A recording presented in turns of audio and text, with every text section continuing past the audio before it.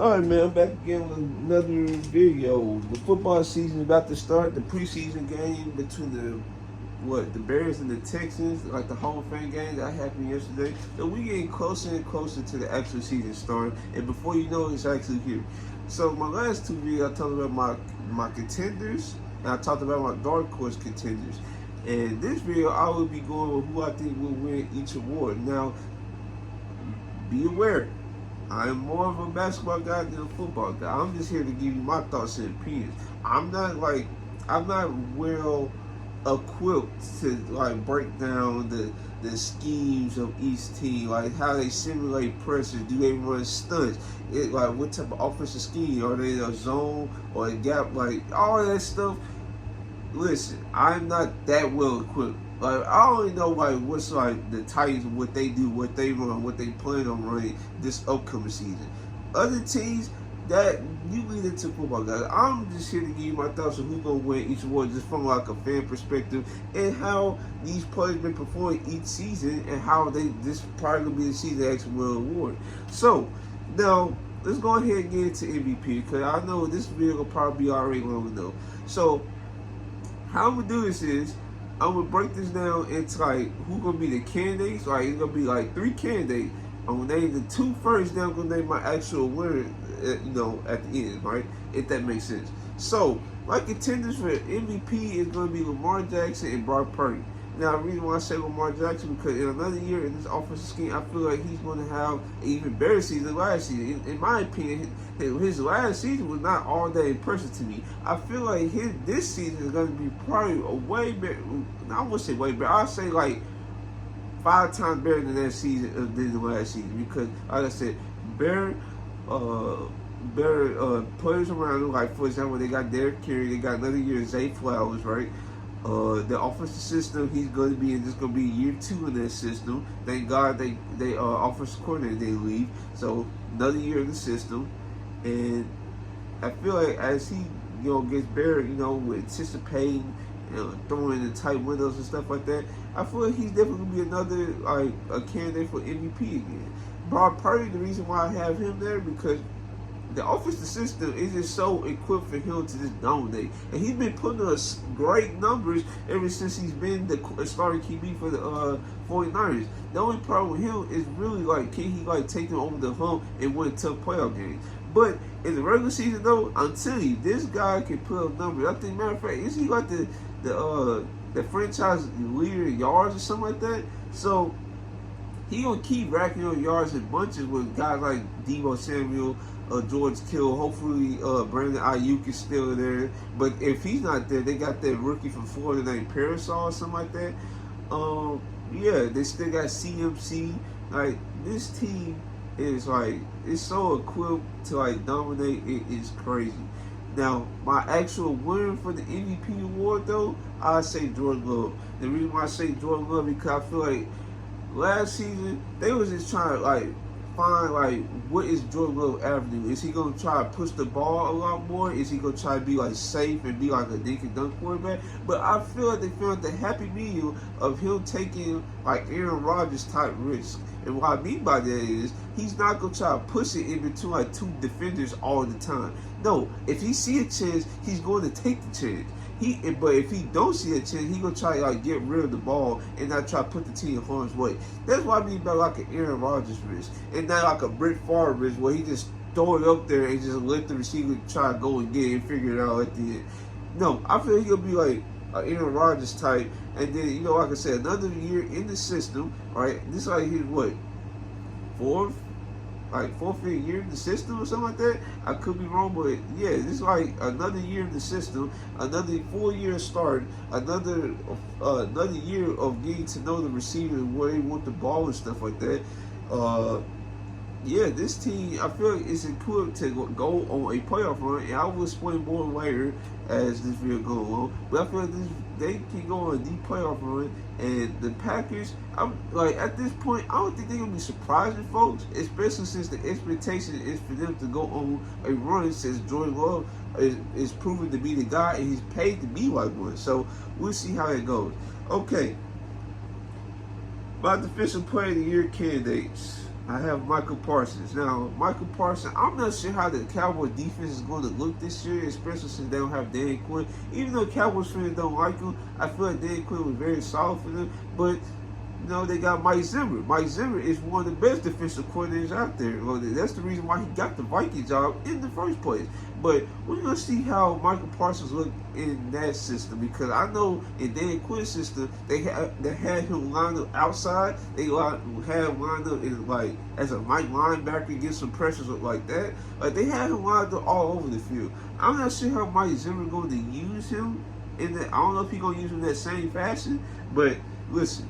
This guy is like explosive around the edge. Like if he gets around, bro, he can get around you and he can get right through you. Because look at these clips I've been seeing over the past few weeks, bro. He's tossing folks around. Like he got the craziest bid in the league. He's one of the fastest players in the league at the linebacker position or edge position. It's like, dog. It's like. He was my vote last year to win, but unfortunately he didn't, and I was Myles Garrett. Another candidate that's been like at the top of the defensive player of the year vote each season is T.J. Watt. That folks said T.J. Watt should have won last year. In my opinion, is what it is, right? Like I feel like him and Myles Garrett both have a great season. I feel like, but in the stats, in the advanced stats measures, they saw T.J. Watt has been like winning like every category. For the past 2-3 seasons, something like that, including last season. And it won't surprise me if he's up here again, trying to battle out to try to get the defensive player of the year once again. Because the Steelers defense without Alex Highsmith, they got another year of I can't think they veteran presence. But I think they got Benton, like the rookie they drafted a year ago. They still got these folks that's in place to create pressure on the QB. Their defense always gonna be elite. It's always gonna be elite, but the offense gonna come along to actually get them to the playoffs. It's definitely gonna be a question. But their defense is definitely gonna be elite. And for some, I don't know why I keep thinking the veteran that's on their team. For some reason, I just cannot. But yeah, that's my opinion for T.J. Watt. But my actual winner for this award is going to be Maxx Crosby. Now, the reason why I say Maxx Crosby is because I feel like this is the season where Maxx Crosby is just going to dominate the league, especially if he has a full, healthy season. Now, the reason why I think that is because I feel like the Raiders are going to be a little bit better than they were last year, just a little bit. But I feel like Maxx Crosby, he's been like at the top of the league and getting pressures on the QB. He's one of the crazy finesse guys in the league. Like, Maxx Crosby is definitely, I won't say underrated, because I feel like he's properly rated at this point, because everybody knows who he is and what he's about. But I feel like this is the year he's gonna surprise some folks. Now I wanted to put somebody like Chris Jones or somebody like, I want to say Myles Garrett on here, once again, but they came very close, very, very close to be on this list. But yeah, those are my top 3 for defensive player of the year. Now, my offensive rookie of the year is my top 3. Well, I have Jay Daniels. Now, Jay Daniels in the offensive system under Cliff Kingsbury. We saw what Cliff Kingsbury did with Kyle Murray and DeAndre Hopkins. Now, I'm not saying they're going to replicate the same thing in year 1 with Jay Daniels, but I feel like Jay Daniels in the system is going to go crazy. Now, I'm not going to say he going to throw for 4,500 yards or something like that. I'm not going to say that, but he definitely has a chance to do so with this offense. We're just going to air it out. Hopefully, Cliff can actually run the ball a lot more than he has in the past, but we'll see. But him with Terry McLaurin, Jahan Dotson, they brought back, I can't think his first name, but his last name Brown something. I remember him. He's a good receiver. They still because no. But yeah, they have the chance to do something big this year. I'm not saying they're gonna make the play, but I feel they can have a solid 7-10 season going into next season for sure. Now, the next kid that I have is Marvin Harrison Jr. Like I said, Kyler Murray, and when he has a number 1 receiver, I feel like it can be very dangerous. Now, it all depends on how the offense is structured, because if this offense can let Kyler Murray air the ball out, I feel like him and MJ is going to have a good pairing, and I feel like MJ gonna put up like a solid 1,300 yards with like maybe like 6 touchdowns, and that's my opinion. Maybe like what 65 to like 80 catches. So yeah, watch out for the Cardinals next year, because I feel with Jonathan Gannon and his schemes on defense, I feel like they definitely gonna have a chance to try to be like a wild card team, in my opinion. Now that's probably gonna be a stretch, but that's how much I believe in Kyler Murray and how he can get the job done. Okay, so my defensive rookie of the year candidates is going to probably surprise folks, because this is very subjective in my opinion, because it all depends on if they are healthy and how much like they going to like, how their stats is going to favor them coming up to like these awards and stuff. But my one of my candidates in this list is T'Vondre Sweat. Now the reason why I say T'Vondre Sweat is because I feel like with Denard Wilson, how he's been up under guys. I feel like Jonathan Gannon with the Eagles, then he was with the Ravens. You saw what happened with the Ravens with Neil BK. He broke out. I feel like this is the year that T'Vondre Sweat can actually win Rookie of the Year. He has to have a good environment around him, because now you want to have to block T'Vondre Sweat and Jeffrey Simmons. That's a scary duo to try to block one-on-one. Especially, like, in my opinion, I feel like T'Vondre Sweat is definitely going to get more of the double team blocks, because you cannot block T'Vondre Sweat one-on-one. If you try to, good luck with you, because that's like, you got 380, 390 or something coming at you. Then he got the finesse moves, can play every down, can stop the run. This system is tailor-made for it, and Jefferson being there, that actually going to help them. And also, folks that talk about him as well with Harold Landry, he can help as well. He's definitely a solid player, but only thing I gotta say, if the edge players go down, we may be in trouble. Another person I have on my defensive rookie of the year list is Jared Verse. Now, the reason why I had him on the list, because I feel like him and his teammate from Florida State, is his name like Brandon like Flake or something like that? I hope I got that dude's name right, because they were teammates at Florida State. Now they teammates with the Rams. I feel like they can replicate the same production they had at Florida State with the Rams, especially with no Aaron Donald, unfortunately. But I feel like even with no Aaron Donald, I feel like this team can still like generate pressures on the QB. Even they linebacker, I can't think his name, but Brett Coleman, I know he shot him out in one of his videos. I think his name was Ernest Jones, that was his name. They be using him a ton to try to generate pressures on the QBs and stuff like that. But like I said, Verse and Flake, I feel like Verse though is like, I think he's the edge player, right? And but yeah, he's the edge player, and he can definitely he got the power advantage. And that's his claim to fame. He definitely got the power advantage. And if you don't have power as an edge player, you're probably not gonna be like too successful. Like no type of power, you need to have like a bull rush. You need to have more moves in the toolbox if you want to be a successful like edge player, right? But this player that I feel like that's going to win defensive rookie of the year, he's like one of the most best finesse guys in the league, especially if he can put together a healthy season with his new team. He's definitely going to win the defensive rookie of the year. That's Laiatu Latu. Now this guy, I feel like he's just gonna have a bunch of sacks. Now I'm not sure how his pressure numbers gonna look like, but I feel like he's definitely gonna be one of the tops of the league in sacks. He may, and especially for rookies, I might add, because I'm not sure he's gonna be in that 15 to like 18 range. I feel like he's definitely gonna be in the medium between like 8 to 13 in sacks. I'm not sure. He probably gonna have maybe like, I want to say like 35 to 40 pressures.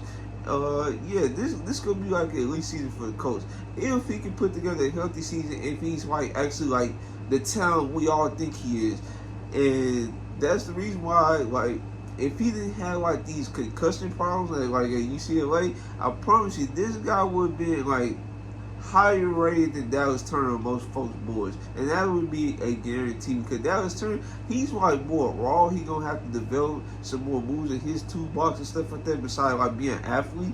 But that's gonna come with time, especially with his age. He's not the same age as Laiatu, right? He's definitely gonna have time to develop and do stuff like that. Okay, so my coach of the year candidates, we all know this all depends on how successful the team is and how they were from like last season, stuff like that. And I feel like with these guys, I feel like they definitely have the best shot. So my third candidate is Robert Saleh. Now the reason why I have Robert Saleh on this list is because I feel like the last couple of years he's been having one of the best defenses in the league for the last 2-3 seasons almost. And it's just been like going by the wayside because they have the QB play. Now, hopefully, with Aaron Rodgers, and if Aaron Rodgers go down with Tyrod Taylor, right?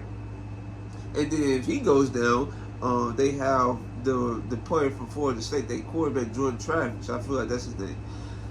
If like their QB situation become dire again, I feel like they are in a better spot to actually keep the train rolling and not have like a detour like what they had like Zach Wilson. Right? I feel like they can actually keep the train rolling.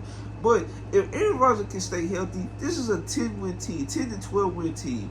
And if they are a 12-win team, they are definitely. I feel Robert Saleh definitely gonna win Coach of the Year because I feel like if they're a 12-win team, not only is they not gonna be running heavy on the offense, it'll be a defense that's gonna be winning their games. And we all know who coached their defense around there. So yes, Robert Saleh, I feel like he's definitely have one of the best shots to win the Coach of the Year.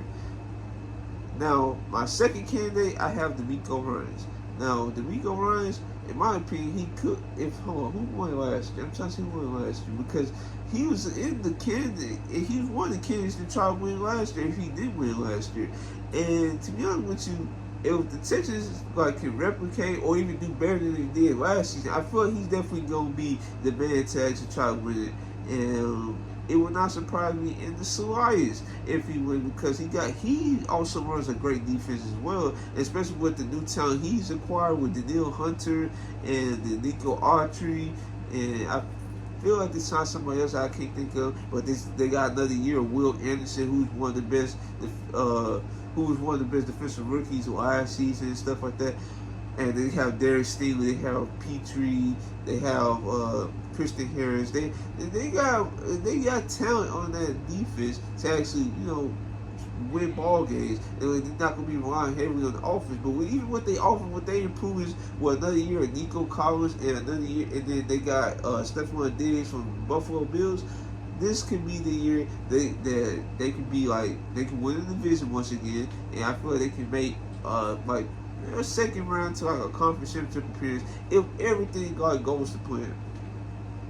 The person I actually have win this award though is Matt LaFleur. Now Matt LaFleur, I feel like if this team can be like a 12, 13-win team, he's definitely going to win in my opinion, especially since each season, besides maybe one season with Aaron Rodgers last year there, he has been successful each season, and he haven't been getting the credit for it.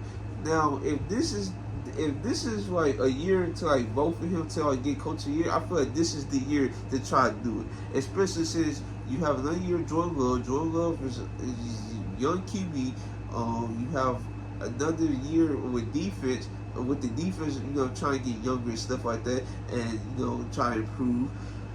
I feel like, and then like I said, the receiving group is not the best. It's not gonna be one of the most elite, but as a whole, I feel like they work well together. And don't be surprised if this team can win their division, even with the Lions being a great team up under there. My candidates for offensive player of the year, this is a very interesting one because this opens the floodgates to anybody, quarterbacks, running back, wide receivers. You really have to lock in and actually think about it. And there is some good candidates because Christian McCaffrey, he could easily win this award once again, especially the season he had last year. Folks said he could have been MVP at a certain point. To be honest with you, I thought about it, and these are the candidates I came up with.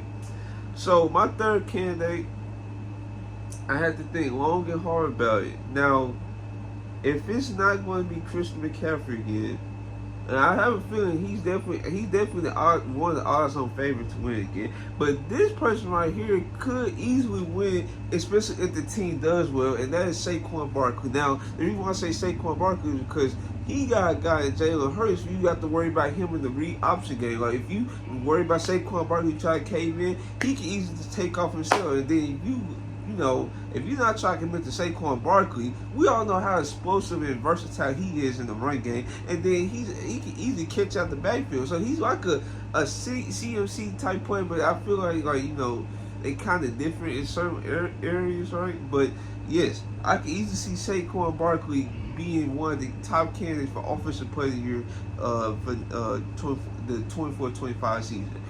The next candidate I have is Puka Nacua. Now, the reason why I say Puka Nacua is because I feel like with another year with Matt Stafford, we all know how Matthew Stafford is with trying to afford, trying to get, I wouldn't say, well, you can say force feed receivers like he did with Cooper Kupp the year Cooper Kupp won Offensive Player of the Year, and he ended up winning Super Bowl MVP. I feel like with another year of Matthew Stafford, I feel like Puka Nacua is really like to take off. Like he's definitely gonna be in the, if he stay healthy, he's definitely be in the 15 to 1800 yard range season, and he gonna have like maybe like 7 touchdowns or something like that.